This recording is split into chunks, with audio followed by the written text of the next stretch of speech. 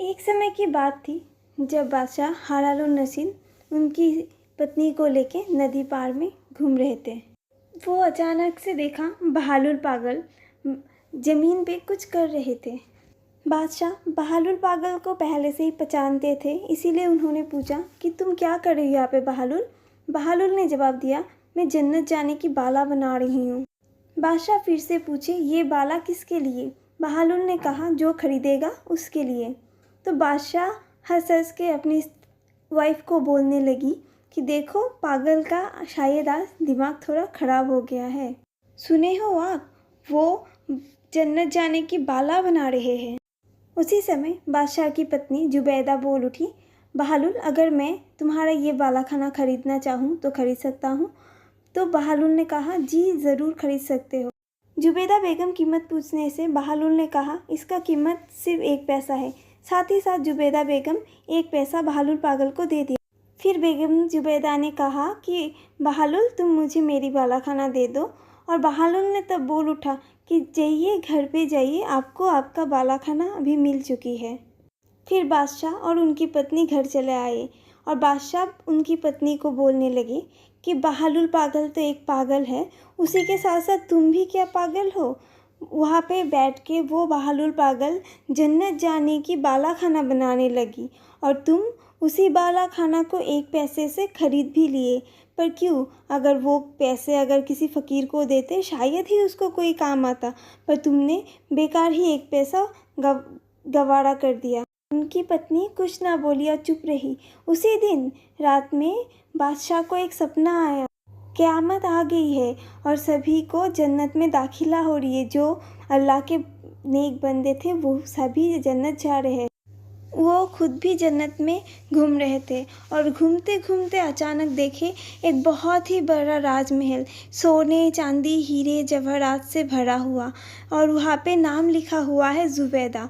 नाम देखते ही इन्होंने सोचा ये तो इनकी पत्नी की ही घर है। तो अंदर जाने के लिए जब वो ट्राई किए, तभी वहाँ पे गेट के बाहर खड़े हुए सिपाही बोलने लगे, आप कहाँ जा रहे हो, आप अंदर नहीं जा सकते। इन्होंने कहा कि मैं अंदर क्यों नहीं जा सकता, ये तो मेरी पत्नी का है। सिपाही बोले, पत्नी थे आपके दुनिया में, ये दुनिया अलग है, यहाँ पे कोई पत्नी नहीं। और इतने ही से ही उनका नींद खुल गया। सुबह वो छटपटाने लगे और यही सोच रहे थे आखिर ऐसा सपना उनको कैसे आया। और वो अपनी बीबी को बोलने लगी, पता है कल मैंने ऐसा सपना देखा। क्यों ऐसा सपना मेरे दिमाग में आया, तुमने ऐसा क्या कर दिया कि तुम्हें जन्नत में इतनी अच्छी आलीशान मकान मिली, तुम ऐसा क्या किया। तब बीबी बोलने लगी, मैंने तो ऐसा कुछ भी अलग नहीं किया, जो आप करते हो वही मैंने की। जितना आप नाम लेते हो अल्लाह का, उतना ही मैं ही करती हूँ। तो अलग से मेरे लिए क्यों ऐसा होगा, आपके लिए क्यों नहीं। फिर साहिब सोच में लग गए कि ऐसे कैसे हुआ। फिर बीबी बोलने उठी कि शायद कल रात को जो बाला खाना का आपने सपना देखा था, वो शायद वो बहालुल पागल ने मुझे जो बाला खाना दिया उसी के साथ जुड़ी हुई तो नहीं है ये कहानी। ये सोचते ही वो लोग सोचने लगे, शायद हाँ, अभी वो सोचने लगे कि वो लोग जाके देखेंगे कि सच में वो बहुत ही बड़ा मोमिन है क्या, कि उनके सपने में ये चीज़ आ गया बाला खाना लेने की बाद।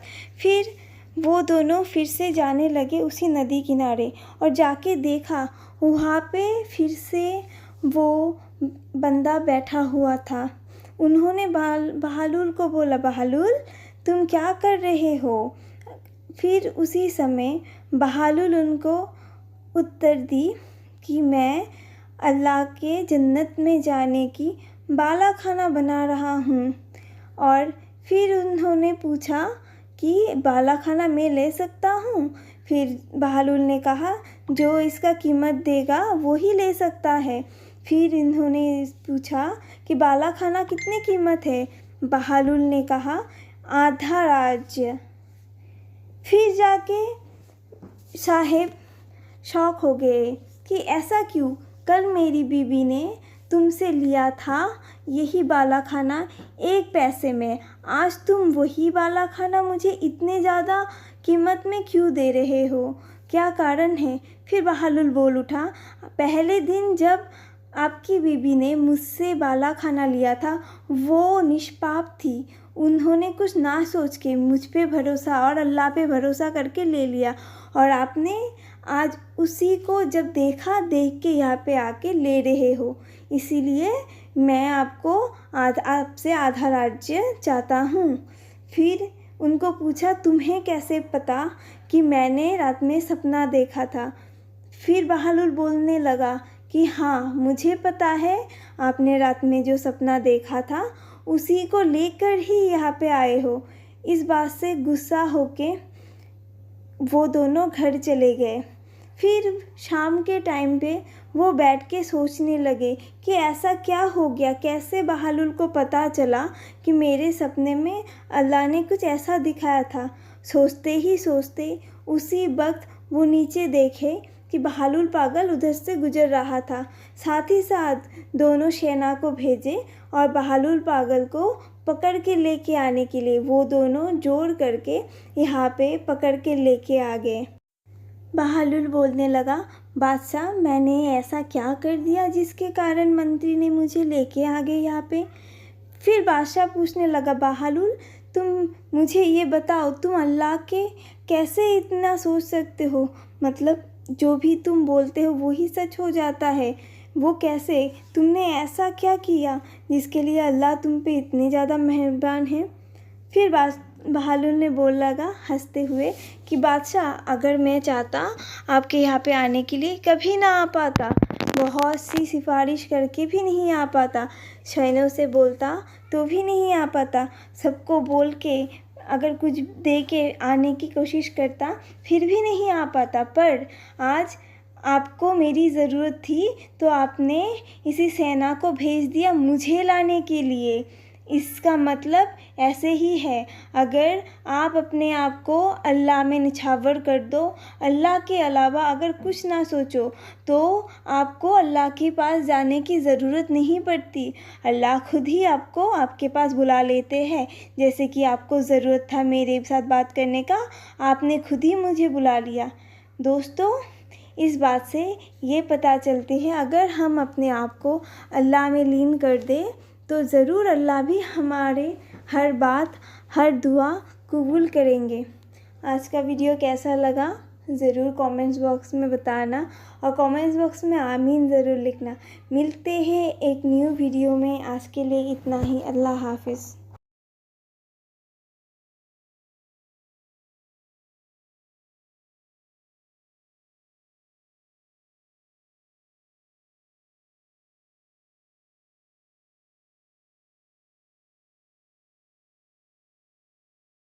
तो एक छोटी सी बात है कि कुरान क्या कहता है। जी, कुरान कहता है कि तो जब लोग अल्लाह के सामने सजदा करेंगे, अल्लाह जब अपनी तसल्ली जाहिर करेगा, और जो नमाज़ पढ़ने नहीं आते, कुरान कहता है कि मैं उसको, इसका मतलब जो नमाज़ पढ़ने नहीं आते, कुरान के मुताबिक उन्हें कुरान महरूम कर देंगे।